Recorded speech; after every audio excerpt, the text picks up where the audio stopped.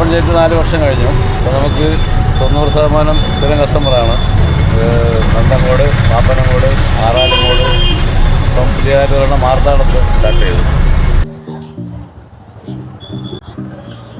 നല്ല വെയിലല്ലേ, ചൂട് സമയത്ത് നല്ലൊരു തണുത്ത സർവത്ത് കുടിക്കാലോ.